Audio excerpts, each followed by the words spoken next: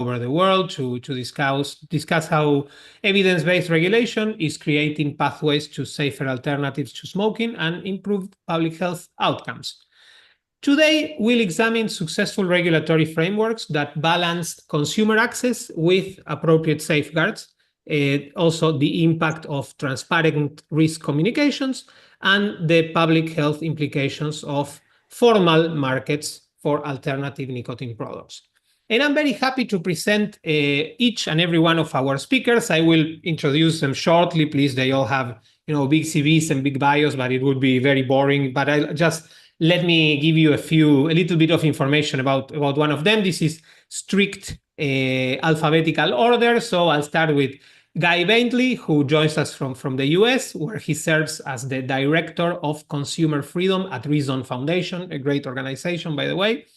And Guy's research focuses on the taxation and regulation of nicotine, tobacco, alcohol, and food.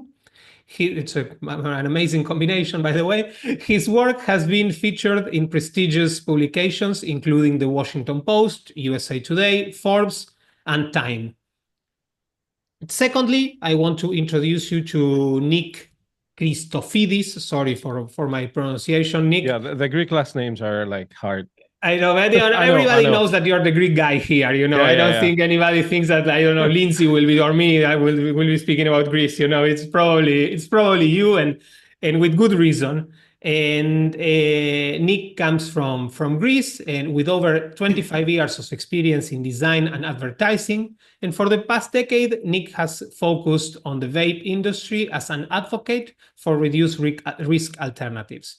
As founder of the Greek Vapers Alliance, he has championed consumer rights and harm reduction policies for the last 7 years. And currently, he's serving as the EU Creative Marketing Director for Monster Vape Labs EU, where he combines advocacy, marketing, and design expertise in the vaping sector. Thirdly, from Chile, although he's in Europe now, but very active still in the South American country, definitely, and we'll hear a lot about that in a few minutes as well. Ignacio Leiva joins us, and he has been, as I said, very active in advocacy in Chile since 2010, where he led a communication campaign to prevent the vaping ban in his country. He's the founder and current president of ASOVAPE, and he's the secretary of also ARDT Iberoamérica, and he's been instrumental in organizing pro-vaping initiatives across Latin America. He's also the general content editor for the campaign Vaping is not smoking, vapear no es fumar. And last, but definitely not least, and this is alphabetic order, Lindsay, please, this is not, misogyny or anything like that. we have Lindsay Stroud from the US as well. Lindsay is a visiting fellow at the Independent Women's Forum.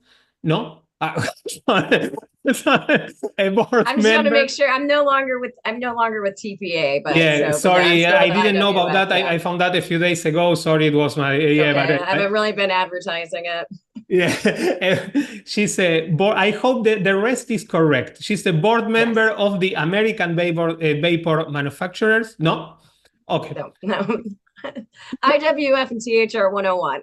Exactly. She's the creator of Tobacco Harm Reduction 101. Yes, that's for sure. And I suppose this is true as well. She has testified, and probably she's doing it, right? She's doing it now. She has testified before local, state, and federal lawmakers and agencies on issues related to harm reduction. We have a very packed agenda today, and I'm really looking forward to our conversation. Again, please, and I'll switch to Spanish for a second. Hay interpretación simultánea al español. Por favor, vayan abajo a la pestaña de interpretación y elijan el canal español. There is Spanish interpretation available for those who want it. The mechanics, let's say, of this webinar, I will give the floor to each of our brilliant speakers for 6-7 minutes each. So they do some opening remarks, and then we'll have a few minutes for Q&A. Please use the Q&A box here on Zoom to leave your comments.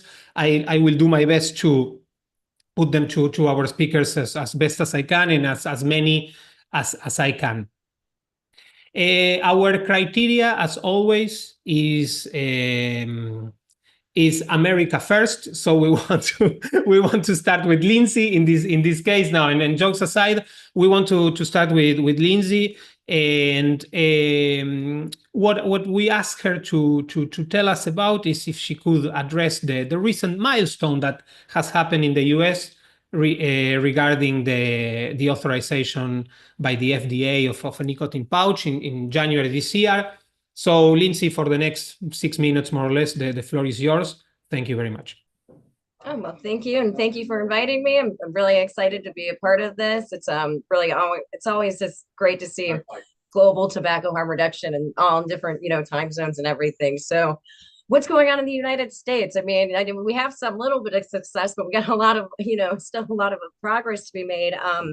In January, the FDA finally recognized the role of non-traditional tobacco flavors and tobacco harm reduction products, specifically with the 20 authorizations for Zen. It's an oral nicotine pouch for people who may not be aware of that one. And of 20, a wide variety of flavors from citrus to cinnamon to spearmint. I don't, okay, whatever that's going. Sorry, Zoom just gave me a pop-up. So, and everything. But, and so, I mean, it's a positive step forward. When you're watching, I know, with especially coming from Dr. Brian King, who's he's no longer at FDA Center for Tobacco Products as of 2 days ago. But, we've seen that, throughout all the e-cigarette applications that got denied. And then the way that they looked at flavors, that, that these companies weren't able to prove the appropriate for protection of public health standard, which is all based off of this likelihood that a user will use this product with smoking, but also what is the chance of a non-user, specifically youth, using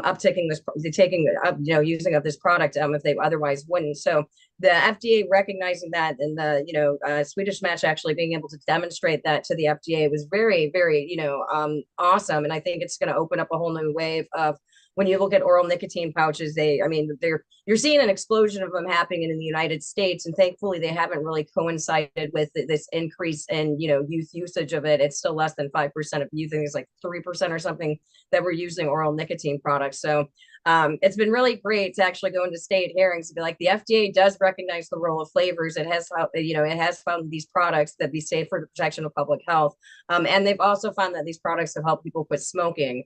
That being said, I know we're supposed to be positive here, but the United States is not very positive. Despite we have some of the most strictest regulations in the country that are just very archaic when you look at the Tobacco Control Act and how much it stifles innovation.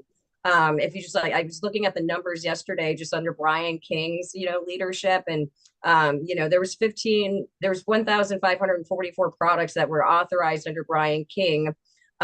Only 11 of them were e-cigarettes, 20 were the oral nicotine pouches, but there was over 783 combustible cigarette orders that were issued during his tenure, including 666 in the year 2023. And you wish that number is just really creepy. And, it's like, oh, stay away from me. Him being out, streamlining the process, but it's just, if you look at the whole way that the PMTA is designed, in 10 years, we've only seen 76 products authorized using this pathway, 20, which just kind of came out this year. So there's still progress to be made. The flavors, when you're looking at, I know we're talking about Zen, but it's we've got the big disposable vape market going on. Most of our products are technically not legal because they haven't received the FDA authorization orders. But we have probably the most amount of tobacco harm reductions in the country that you've ever seen. And we're seeing it with a decrease in youth use. And we're also just seeing it in positive news. CDC came out, we had the lowest smoking rates in like 60 years. People who know me, I do numbers. I look at the CDC's behavioral risk factor surveillance system survey, going through state data and looking at that. And it's really amazing to look at the 18 to 24-year-old rate of smoking, because it's pretty much non-existent. I just testified in Rhode Island the other day, and I was at 2.3% of 18 to 24-year-olds were smoking. And when you're looking at like 1995, it was like 30% of them. We are going to have a generation that will, because of the advent of these products, will never smoke. And I think that's great if we just get the we get the innovation, if we could get, make our process a little bit easier, so it's not just large companies that get to benefit from these draconian, federal regulations. And also we need to be working on, the local and, really kind of emphasizing that, what tobacco harm reduction is. Unfortunately, we're still going to lose 480,000 people this year due to smoking related illnesses. There's some people who are unwilling or unable to quit smoking, but there's also just a lot of misinformation when you're looking at nicotine and all of that. So I hope I didn't rant a lot. I hope I was trying to keep it mostly positive, but this sends a really good step in the right direction, and it's going to be interesting to watch how the federal regulator handles that and whether we can actually see real, innovation. Unfortunately, America first, yeah. We're kind of in the dark ages. I kind of tell everybody around the country, around the globe, like, do not do what the FDA does. Am I right? So. Thank you, Lindsay. Very, very, very clear. Just one quick follow-up question, particularly for the one of us, for those of us that are not from the US. What is because the US is a very federal country. Let's say, and I know it's general questions, very general, but what's the role of local legislative bodies? What are they doing regarding these topics? First of all politics is local, okay? And I will tell everybody in the States, I know at least in the States, it's what you see is it does start locally. When you're looking at anything with a lot of it, it's not even just tobacco regulations. When you're looking at soda bans and things like that, they're all going to start out with the locality and then kind of branch out. So when you're looking at California is a perfect example. They've been banning flavors since I think back to like 2017, and it all started with these localities. And then once you get so many of them, you got this hodgepodge, like, oh, I can get flavors here, but I can't get them there.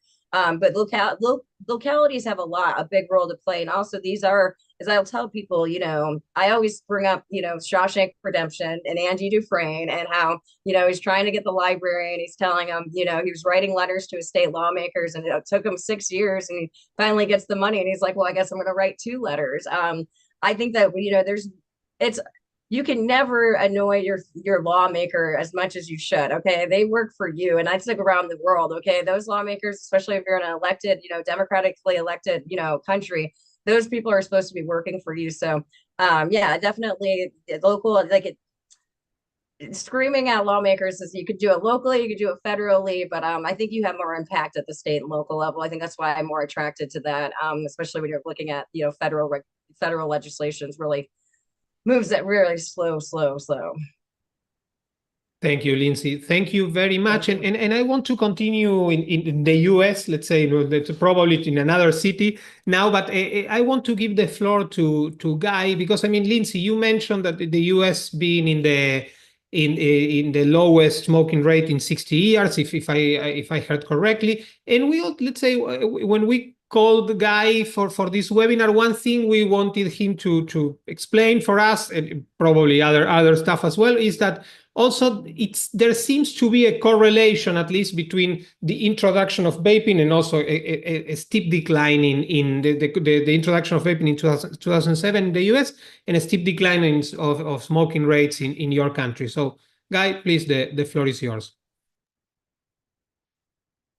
Thank you so much, Federico. And just to return the compliment, we at Reason are huge fans of We Are Innovation, and particularly the global index that We Are Innovation publishes on global anti-smoking policy, seeing what works around the world in terms of promoting innovative solutions to solve public health problems. And I very much encourage those watching this webinar who are watching it later to look up those indices to see what is going on, not just in the US, but also globally with successful policy introductions, and also the work that Lindsay has done categorizing at the state level, so not just at the national trends as what's happening in the US, but getting a granular picture of what happens state by state with different policy mechanisms. So totally encourage folks to look at what's happening with my colleagues on this platform.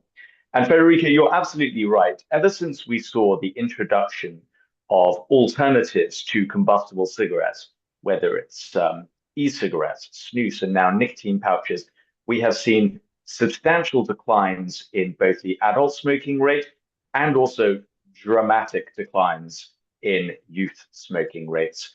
The youth smoking rate in the United States, so when we're talking about high schoolers or middle schoolers, is now barely more than 1%. And that is for those who have, for instance, used a cigarette, say, in the past 30 days. For those who are frequently smoking, the numbers are now getting so low as to be statistically insignificant. So the United States will now see, very much as Lindsay was intimating, a smoke-free generation. And this has not been achieved by prohibition, it's been achieved by sound education in the public school systems, and also by having alternatives available for those adult smokers who do need to quit. And to especially trumpet, Lindsay and I are often critical of the current structure of tobacco regulation in the United States, and that it really is too difficult to get safer products authorized. In fact, it is easier to bring a new cigarette to the market than a safer product than cigarettes. But, in the name of positivity here, we do need to celebrate the wins where we get them. And the authorization, I think, of ZYN as a nicotine pouch in all the flavors that Lindsay was describing was a very important milestone of having that recognition of flavors as part of successful harm reduction strategies. And now I hope that the authorization of ZYN will also lead to the authorization of many more kinds of nicotine pouches and other products that can help smokers quit, whilst keeping youth use levels low, which is exactly what we have seen happen. So it is not the case, as we might have been told by perhaps more fearful advocates in previous years, that the more products and the more diversity of these products you allow legally onto the market, that will necessarily mean big increases in youth tobacco use. We do not see that coming through in the data as is. Also, it's very interesting to see with the authorization of ZYN how those who are more skeptical of tobacco harm reduction have reacted. Unfortunately, we saw very negative reactions from the American Lung Association and the Campaign for Tobacco-Free Kids, criticizing these decisions as a threat to public health. However, one of the largest anti-tobacco organizations in America, the Truth Initiative, which essentially has, set out a course hoping to really end commercial nicotine use, was much more ecumenical and actually did not outright criticize the FDA's decision, which I think shows perhaps a gradual recognition, at least amongst some, of the value that regulated products, flavored products in a market can be a net benefit to public health. But even just to broaden out from the US focus about why the authorization of ZYN might be important and flavored ZYN might be, and flavored nicotine products might be important. Many health agencies across the world do look to the Food and Drug Administration as being a very well-resourced organization, as a kind of proxy or substitute for possibly what they might be doing. Now, I would not recommend that in all cases, but I would say that the authorization of ZYN-flavored nicotine pouches should give pause to regulators in Europe, Africa, Latin America, and Asia, that even with the very high barrier the FDA puts to getting products authorized, even they believe this is a net benefit to public health. I know it's been contemplated in many European jurisdictions to ban nicotine pouches outright. So I think it's really important for harm reduction advocates to say, even the Food and Drug Administration, which has one of the strictest regimes in the world for authorizing nicotine products, even they, when looking at the science and the evidence, believe on net these products are positive for public health. So I do think this authorization can be not just a benefit for American consumers, but for people who want to quit smoking across the world. So I do think it's a milestone, as Lindsay intimates, and I think we can probably get more into this in the discussion. There's lots to do at the Center for Tobacco Products to make America even more of a world leader in these products. There has recently been a change of the guard at the US tobacco regulator. A lot of the top hierarchy have been essentially fired in the last couple of days. And with a new administration and a new approach, I think hopefully we can now move to a position of about endless debates about whether these products are safer, what are their net benefits, that we actually now have many years of data on vaping, nicotine pouches, heated tobacco. These products are a net benefit. They can be introduced into markets safely while protecting youth. And now we should move to a different conversation about what a functioning market for adults looked like, rather than whether these products should be legal in the first place. So, this was a positive step, the authorization of ZIN, lots to do, but I think it can serve as perhaps the baseline for a new discussion about the United States and the global role of tobacco harm reduction. Thank you, Guy. Thank you very much. Very clear. And just, if you could give us a few ideas or what's your view on, let's say, a functioning, how the discussion post, prohibition should look like. Absolutely. I think the baseline discussion should be when we're thinking about, regulators authorizing or allowing products to enter the market. One, we need good basic toxicological data showing that the products are indeed safer than combustible cigarettes. That is key, and I think many companies are willing and absolutely able to do this kind of research to demonstrate that to regulators. Companies are more than happy to show just how much better their products are than combustible cigarette. So that's one, a baseline of the basic toxicological evidence. Two, responsible marketing, ensuring that the marketing companies will use is focused on adult users and is not going to be focused on youth. And I think if those two baseline tests are met, there should be a presumption that products should be allowed onto the market, not a presumption that companies need to demonstrate a hypothetical future in minute detail, the exact consumer dynamics of how the introduction or the legalization of their product will impact the market, because fundamentally those are unknowable. If you are demanding from companies data or studies trying to estimate or forecast how consumer patterns and tastes and preferences will change after the introduction of your product into the market, this is unknowable. This is the kind of data that makes economic forecasts look credible, and I think it is unreasonable for regulators to demand that standard of evidence.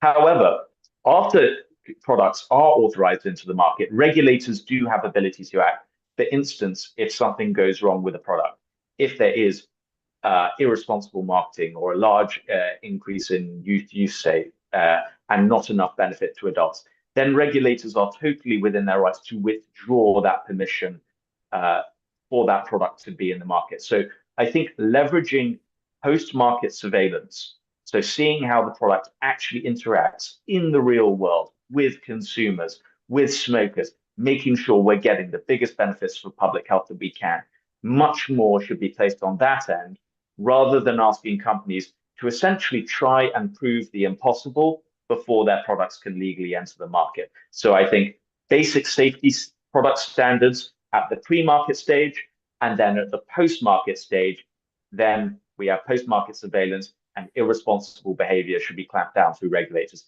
That way we can both maximize the benefits to public health and also minimize any potential risks to youth or the broader community. Thank you. Thank you very much, Guy.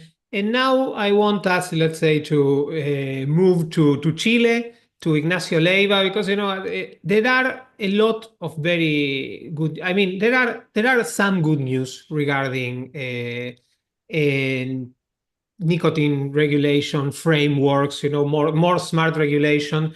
There are some, and I think in many ways, let's say, innovation in this is going to help us solve the problem, and it's unstoppable. It may take a little bit longer, and life will be spared because of will be lost. Sorry, because of that. But one of the best pieces of news I think that we have had this year so far, and the best in a long time, it is what has happened in Chile. It comes from South America, from Latin America. It comes from Chile, from the South. And Chile, I think, is emerging as a regional leader, definitely, in innovative nicotine regulation, but probably as a world leader as well. And for that, we have Ignacio Leiva to tell us, who also has a lot to do with what has happened in Chile. An overnight success is something that, people have been working on for the last 10 or 15 years. And that is what we are witnessing in Chile right now. So, Ignacio, thank you very much for putting the work. And in the next 5-6 minutes, please try to tell us what has happened in Chile and why is it so important.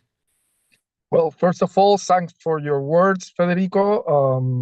And the first message to everyone around the world is don't give up. As Federico said, we have been fighting from 2010. It had been a very, very long way. But also, I must said that it's very important to keep connected around the world. I want to give public thanks to you, Federico, and Somos Innovación. You were always there. You were always supporting us. We did some stuff together that make me really proud and happy. So you're part of this succeed in a very direct way. I have talked with Lindsay too. We have been meeting in different seminars. This is not only about one person or one country. The connections are needed. We share information, what's happening in a country.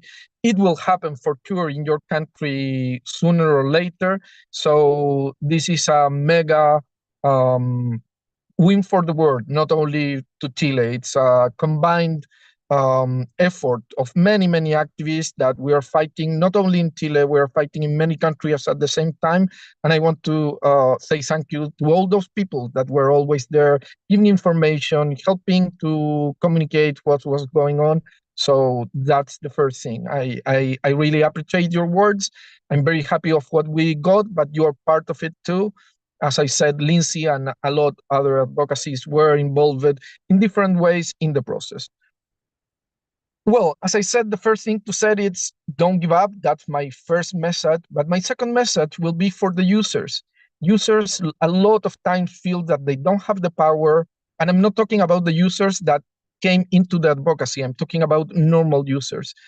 The change that we were able to make in Chile, I think in a very, very big, if it's not the most important thing that made it change, was the constant support of the community, the constant support of the normal users that understood that if they stayed down, we will all fall down.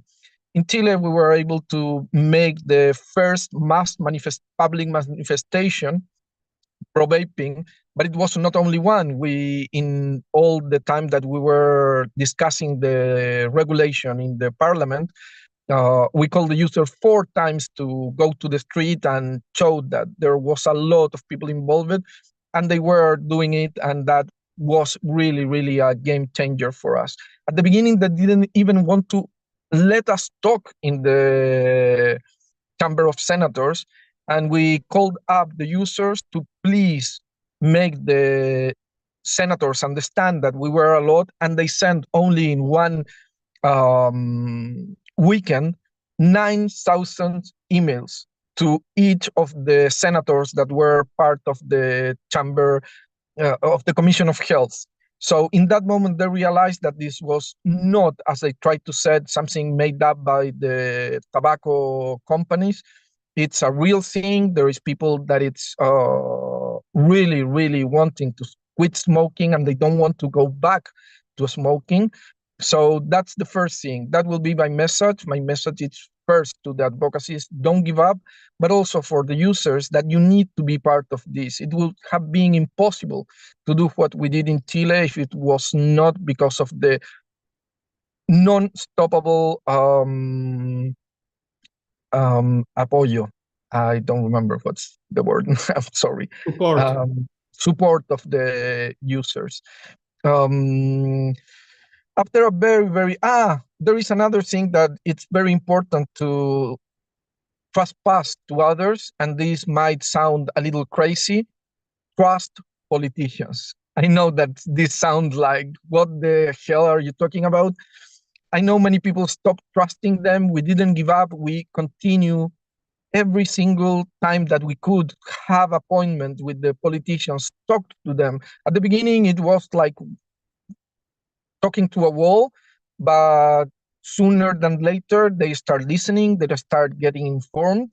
Our biggest enemy is misinformation, and the only way to go through it is to inform them. And first was one, then were two, then they were three, until we got massive support, or at least we got the biggest number in the Commission of Health, and that make us be able to fight from inside the regulation. At the beginning, we were facing a very bad regulation. It was a regulation that didn't want to regulate electronic cigarette. It was trying to forbid them in a shadowy way. But finally, we were able, thanks to the support of those politicians, to get away with a very, very good regulation. The actual law in Chile, I would say that it's super good. It's not perfect. There is always things that you could be done better, but in terms of the actual situation over the world with the misinformation, I think we did something very, very acceptable. Some examples of what is important of the law in Chile now, we were able, and in that one I'm super proud, because we were able to break down this stupid number of 20 milligrams max nicotine. We were able to move it to another crazy number with no real reason as the 20, but finally in Chile we were able to move it up to 45 milligrams per ml. We would appreciate if it was 50, but at least we were able to show the rest of the world that these 20 have no sense, and it only goes against the users and the probability of the people to quit smoking. Another big thing that we were able to put down, what they wanted was to restrain the size of the bottles. They were not able. They understood that that goes not only against user, goes against the environment, something that it's sometimes not, they don't even think about health, what they will care about environment. But we were able to stop that, so we don't have a limit per bottles, what is very good for the environment and for the users. Also, something very important is that they always try to forbid advertisement, but what they want with that is to cancel the opportunity to inform people. We were very hard in that fight, so finally we were able to defend the ban over advertisement. It will be regulated. We're still waiting for the rules of that restrictions, but what we know is that they can't cancel us anymore. They can't try, and we are very happy of that. Another very important thing, they wanted to, actually they put it inside of the tobacco law, but we were able, inside of the legislation, totally divide electronic cigarettes from tobacco and from heated tobacco. What it's very nice, because they can't try to apply what it's on tobacco on us. So I think we went very well. I think my 6 minutes ended like 2 minutes ago, but there is so much to say, but I'm very happy. Again, the first message is keep going, don't give up. We are not giving up. We still have some things that we know that they will come in Chile. We haven't discussed yet taxes or flavors. So we know that these haven't finished at all. We will need to keep fighting. After 15 years, we know that maybe we will be fighting for 10 years more, but it's that don't stop, don't give up, contact others, talk with people of other countries. It will always help. And I really hope that we go in the way of Chile and not in the way of Mexico, where a government that is very, very polluted by corruption, totally directed by Bloomberg from the very deep roots, made the unbearable situation that they did, that it's totally the opposite of what the health need and what the people is looking for. That's it. Thank you, Ignacio. Thank you very much. Since you, let's say, overstated your time, I have a few questions, but for later. But Nick has been patiently waiting, and I want to give the floor to him. Nick comes from, the land of philosophy, a land, that it's the cradle of the West in many ways, but also a land that was very well known by a lot of people smoking. And there have been very positive changes in Greece. And we think in big part they can be attributed to a very pragmatic approach, particularly towards vaping and, let's say, towards transparency in information. And we asked Nick if he could talk a little bit about that. By the way, in Greece, since 2020, smoking prevalence has decreased 6%, which is a lot. So Nick, please, the floor is yours, and thank you for accompanying us today. Yeah, thank you for having me. It is true that Greece had the highest smoking rates in Europe. In 2014, it was around 37% of adult population in Greece were smokers. I'm not sure if Greece is a success story because we're really fluid on regulations still. I mean, regulations do align with the European Union Tobacco Products Directive, but I'm not sure. I'm not sure what's gonna happen. I mean, Greece regulations and legislation go very slow. So, however, through consistent dialogue and between consumer groups and public health experts and policy makers in Greece, Greece began to recognize the role of harm reduction, which was a major step forward. Was the decision to regulate vaping products. That means that they acknowledge the potential as a safer alternative for adult smokers. And recent studies show that 100,000 smokers in Greece, more than 180,000 smokers in Greece have successfully switched to vaping. And now we have one of the highest percentages of vapers in Greece, which is around 7 to 8% of the populations that are using e-cigarettes. And all of them were former smokers. So what made this possible was the collaboration and effort of advocacy groups like us, the Greek Vapers Alliance, which we are a new founded organization. Also, the Hellenic Association of Vaping Products Business, which is called SEPA. Scientists, policymakers working together to promote harm reduction based on evidence and not fear. We do have more challenges coming up. Recently, like a week ago, there was a rumor that they're talking about the flavor ban. And when I'm talking about flavor ban, I mean any flavor, because there was a rumor like a year ago that they might ban, or like less than a year ago that they might ban flavors, but not all flavors. More of fruits and creams, and they're going to leave some tobacco flavors, vanilla flavors. And a week ago, we found out that they're talking on banning all flavors, and they're going to allow only VG, NPG, and nicotine, of course.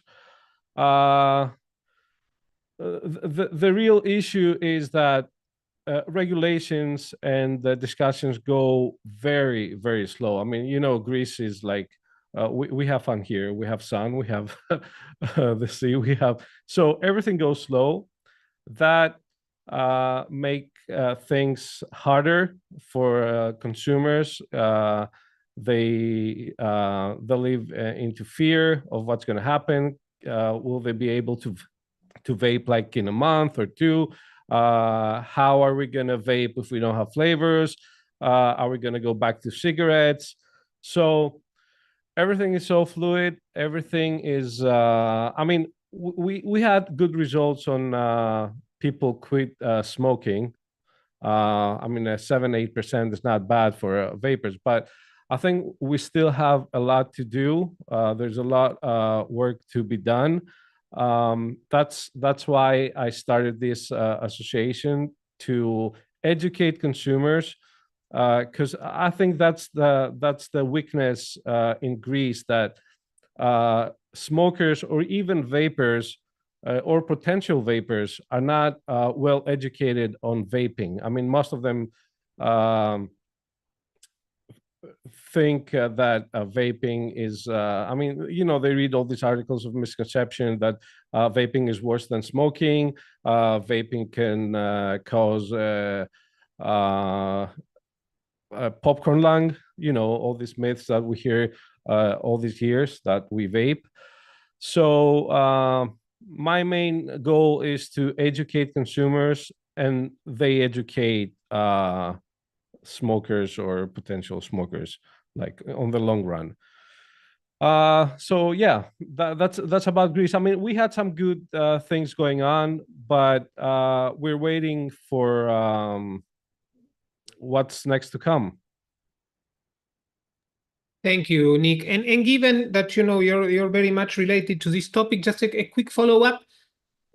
Because one of the things that we understand happens in Greece is that manufacturers can communicate that, let's say, vaping is a reduced risk product compared to smoking. What does a potential consumer, a smoker who wants to switch and is thinking of vaping, what kind of information can he or she receive? None. We're not allowed to advertise. We're not allowed. I mean, even manufacturers cannot advertise. We're banned from Instagram in some instances. But one thing, the product itself doesn't say that it's less risky than smoking. No, it doesn't. We're not allowed to. We only have, if you get a package of a bottle like of liquid, it says only that it contains nicotine, and nicotine is it's a harmful product. No, we cannot advertise vaping in any way. I mean, even if you do an in-store activation and you have people outside of the store trying to promote something, even if that is vaping in general and not a specific product, you're not allowed to. You can get a fine, you can get arrested, you can. It's not legal to do it. So I mean, you cannot have advertising. What we use is we use YouTube. We use Facebook a lot to educate, but still, this is not enough. Thank you. There are a few questions which I want to, and please, for the people who is accompanying us on Zoom, please leave questions in the box for Q&A. I think this question was originally sent to Lindsay. And please, Guy, Ignacio, Nick, feel free to jump in as well. But let's start with Lindsay. Brian says, it seems that safer nicotine alternatives are successfully displacing cigarettes in the US. What could the possible implications be if these products became prohibited after an extended time period? Well, I mean, I will sit here and say that technically most of our products are already illegal or whatnot. The free market prevails. But what you have seen, and it's very, I mean, it's very, you got to look at long-term trends. Looking at like one year to another one, you got to look at the long-term ones. But you are kind of seeing in some of these states that have banned flavors and vapor products, you are seeing a little bit slight upticks in smoking.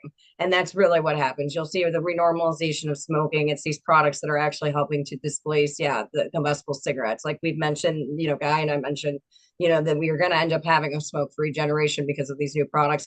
But I mean, in America, we have the lesson of prohibition. It didn't work out really well, 100 years ago. It does not work out anymore. So, yeah. Yeah. I think I have something to add to it. We know exactly what happened when a product like this got banned. As Lindsay said, one of the very bad things that it's people going back to smoking, what it's obviously against the health, but there is something else. Black market goes up like hell, and that brings two problems. There is a lot of more kids vaping, because you know that if someone is in the black market, they don't care who are selling or who they're not. Also, when you got black market, you can't Se me olvidó la palabra en español y en inglés. Take care that people it's doing what they should, and also users need to go for products that they don't know the quality of those products. So the prices goes up, the mafias have a festoon. We are seeing it now in Mexico. We will see how we have been seeing how narcos are getting involved on electronic cigarettes too. But it's very bad because another problem with black market, when you don't know what it's inside of the liquid, it can happen something like what happened in USA with Evali, that it's important to say have absolutely nothing to do with electronic cigarettes. It's one of the most biggest lies against electronic cigarettes that had to do only with THC coming from narcos that was contaminated by vitamin E. We expect that that will never happen with electronic cigarettes. First, because you can't put vitamin E in an electronic cigarette because they won't mix up. It's a long story short. One, it's based in oils, and electronic cigarettes are dissolved on water. I'm not saying that they are dissolving water, but I don't know the way to put it in English. But they are soluble on water, nicotine, and THC is soluble on oil. So black market, more people smoking, users with getting what they can. We can see it in Argentina. The prices go a way long higher. They can't access to good product because the prices are so high that they need to access to very old products or very bad quality products. That's what I can say about it. Thank you, Ignacio. Guy, there's another question here I want to direct to you. Someone is asking whether regulations over innovative nicotine products are dependent on, let's say, partisan lines. Is that a feature in the US or is it not? Yes and no, which is never a very helpful answer.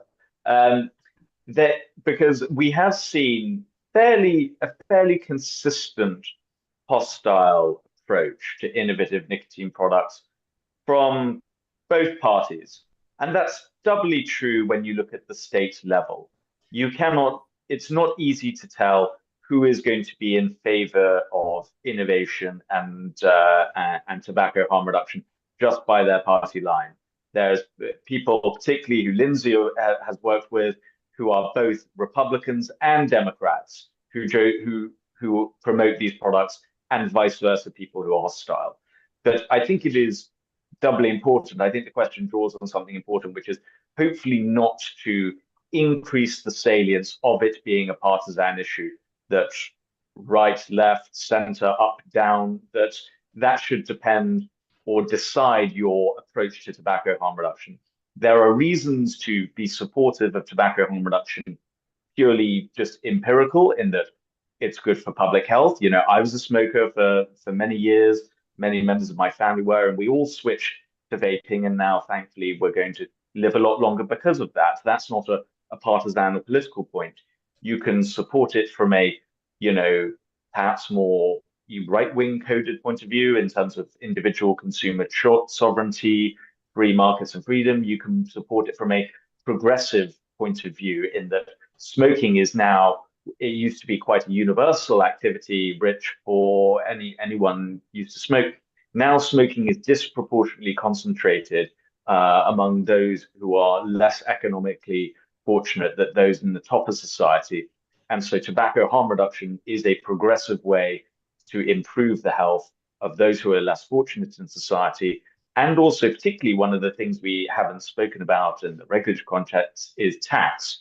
It's really important that these products are priced and taxed significantly lower than combustible cigarettes. So that's a doubly progressive point of view, in that people can both improve their health and save money for themselves and their families through innovation. So it's not necessarily a partisan issue, and it's really important. I imagine this is a lesson Ignacio and others have learned through working with so many legislators, is trying to make sure that anyone can be involved and they don't, have to be of a particular partisan stripe. But obviously, I cannot speak with authority as to what has been happening in other parts of the world. Thank you. Thank you very much, guy. Nick, one question to you. What do you think has been the role of specialized shops, vape shops, and community building in general, as you are working on in the success that we see in Greece, declining smoking rates in the last years? I think vape shops and businesses are the ones who educate consumers. I mean, they cannot get that information from anywhere else. I want to add something that Ignacio said, that here in Greece, when did Ivali happen to the US? It was like a couple of years ago. In Greece, media still uses Ivali as a scientific find to fight vaping. I mean, we still talk about Ivali, and that Ivali was caused by vaping. So we're way behind on education. So shops, influencers, maybe YouTubers, these are the people that educate the rest of the vapors. So yeah, I mean, businesses, I mean, vape shops do a good work. Not all of them, but I mean, that's where consumers can get their information on vaping. I just want to add a little thing about that. First, Evali was on 2018 and 2019. It was a very short period, only in United States. We're way back still. I mean, Yeah. I thought it was like 2-3 years ago. But what I wanted to tell you, they are still using it absolutely everywhere. You need to understand that these people, it's a bunch of liars with no ethics. They are being paid for lying. They have bunches of millions of dollars to lie. They use it in the medias. They use it over the parliaments, over the politicians. It's a very dirty thing. And because most of the information, medical information and scientific studies are telling us the truth that vaping, it's a way less harmful than tobacco, they keep stacking in those very big lies that we know by sure, and they know for sure that they are lies, and they keep using it not only in Greece, they keep using it in Chile and everywhere. Just to point out that you're not alone on that, and it's because they don't have much to say. I know they focus on Ivali and the studies like that. They don't focus on the real scientific studies. So I mean, I know what you're saying. I mean, I can here in Greece we use Facebook a lot for socializing, and I see specific groups and pages that every week they have an article about how bad vaping is, how vaping kills. I mean, it's crazy. It's crazy. I want to add, I want to personally apologize to the world for the Centers for Disease Control and Prevention, which they are the ones who really led the charge on the misinformation when it came to the vaping lung injuries in 2019. I mean, they were not giving us any details. And even Brian King, it's so good that he's gone from Center for Tobacco Products at FDA, but prior to that, he was at CDC and the Office of Smoking and Health. He was literally, it's like August 2019, a reporter asked him, what is the role of THC in these products? And he just pivots and deflects. And it's like, well, there's ultrafine particulates and just confusing. But I swear it was almost like the CDC was like, finally, vaping is killing people. We're going to run with it. And it's just really unfortunate. And honestly, I'll go on the record. They have blood on their hands. They did not inform people about these black market cartridges that were even like a whole underground brand. I mean, Dank Vapes was responsible for like 50% of those cases. So yeah, I apologize to the world on that one. And also that misinformation that just like refuses to die. It's just terrible. Yeah, here in Greece, we heard they were selling them in a garage or something like that. Yeah, I was in Illinois because I'd already seen them like on the streets, and I told people, I was like, yeah, I don't think those are legit. No, they come from Cali. Which this shows you like, what happens when you get bans and statewide stuff, and then I was like, no, I'm dealing with nicotine. Like, I just don't see Skittles putting, its brand on THC. I mean, they got enough, problems with big sugar and everything. So, and actually, interesting enough, with some of the there was actually one death that was attributed to a THC product that was bought in an Oregon dispensary, a legalized, which even shows you that some of these products, even if you do have this marketplace, there's always going to be underground products. I mean, I think when you look at America, if you look at like, the disposables, it's really hard to tell which one's a legitimate one and which one isn't. Yeah, we have literally 4 minutes, but well, we have 1 minute, but let's leave it. I want to ask one question to Ignacio and then a few more questions that we have on the chat, and we finish. And really thank you all for joining us, for the ones who are watching us on YouTube, who will watch this afterwards. Really thank you very much, and thank you to our great speakers. Ignacio, a question, please, short answers, so then we can do a few more.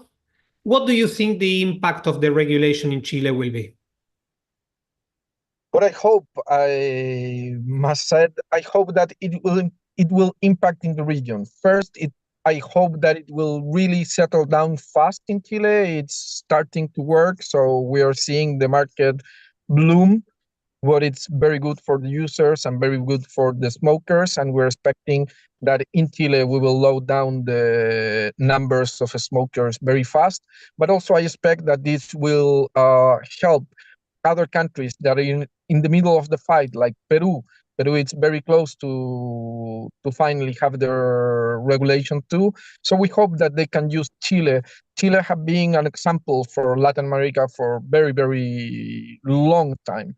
It's seen as the serious country of Latin America. So I hope in this case we will be able to affect especially what is going on in Peru and Brazil. And I'm talking about these 2 countries because they have advanced a lot in advocacy and fighting over the regulation.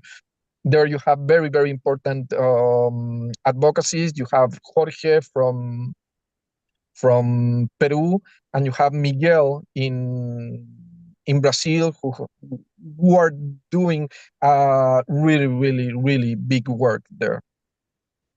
And question that I throw to you, whoever wants to to pick it up, please. Brian asks something very interesting, which is, it was mentioned here, the amount of misinformation that unfortunately circulates. And what Brian asks is whether regulators and physicians have actual access to information about nicotine products that is, let's say, proper and not based in fears or mythology. Yes and no. That's the bad thing. I know that this is kind of, not many people say it straight. Bloomberg have put more than $1,000 million against vaping. Only LATAM 2 years ago, he put $150 million just to misinformate the community, the politicians. There are a bunch of fake groups of activists against vaping, like Red Papas in Colombia, who are really, really, really mercenaries from Bloomberg, attacking everyone who is over or defending vaping. They really, really press those doctors that switch and understand what is going on. They really, really act like a mafia. It's very, very hard. They could have access, but it's not easy to have access to that information. It's the same for politicians. It's very hard to cross the border, to make them open their mind to review the information. The information is open wide in internet. If you really want to go for the information, it's so easy to start Googling and you will get to those things. But they are receiving so much paid misinformation that it's very difficult.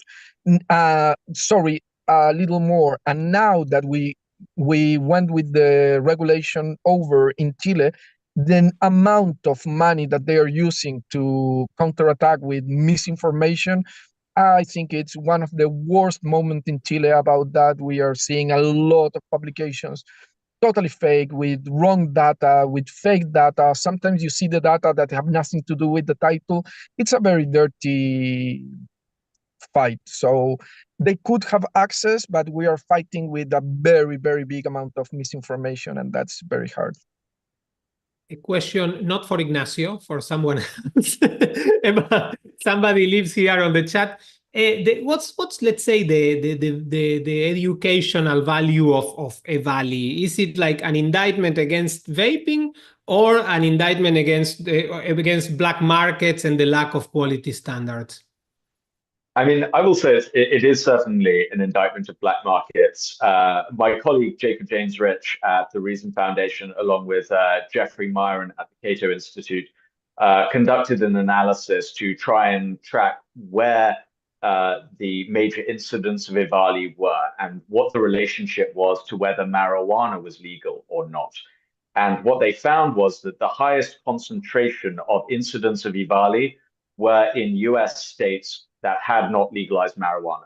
Those were disproportionately more likely to have incidents of EVALI. And also, going back to what Lindsay said about the information, the misinformation about EVALI, or at least the evasion about the truth of EVALI, it's a really big public health lesson, because what the Centers for Disease Control and Prevention, the FDA, and many others in the media did by trying to immediately blame nicotine vaping e-cigarettes is that many people who were vaping marijuana oils bought on the black market thought that they were okay because they could blame it on nicotine e-cigarettes. So many fewer people would have been injured if they had got the correct information, because they could have switched from, say, if you're a marijuana user, from vaping a marijuana oil that you don't really know what's in it to maybe an edible or some other kind of industrial product that wouldn't give you a sudden lung injury. That's what real public health advice would do. It would say, we have a problem in this market, much like if there is an outbreak of food poisoning in a particular part of the food supply. We want to know, where is the source of the problem? How should I change my behavior in reaction to that? And that's how we promote risk awareness and public health. And what we saw is more people were injured because of EVALI than otherwise would have been if we had given accurate advice. And unfortunately, just as in Greece and many other countries, EVALI was also used in India as an excuse to ban vaping and many other products. We have somewhat gone beyond this in the US, but there's much more to do for us to really correct the record around the world. Because as Lindsay says, we did great damage to the rest of the world through US media misinformation and US health agencies. Unfortunately, time has run out, but I really appreciate your presence here. Thank you, guys. Thank you, Nick. Thank you, Ignacio. Thank you, Lindsay. Thank you. It was really great having you. I hope, later in the year we can meet again to celebrate some more wins and some more openness and some more, let's say, alternatives and using innovation to help us solve a problem which is far from being solved, but we have the tools at least, just something that we have to keep in mind. In the European Union, smoking prevalence is still 24%. So, I mean, this has not been solved yet, but at least we have the tools now probably to solve it. So thanks to everyone who accompanied us. Also, thank you for everyone also who will watch this afterwards. Don't forget to follow Lindsay, Nick, Guy, and Ignacio on social media. Look at the organizations that they belong to and the amazing work that they are doing. Also, you can check what We Are Innovation is doing, or Somos Innovación, our, let's say, Spanish-speaking branch. And we'll meet you again in the next webinar or the next activity of We Are Innovation. Thank you very much. Thank you. Thanks a lot. Yes. Thank you.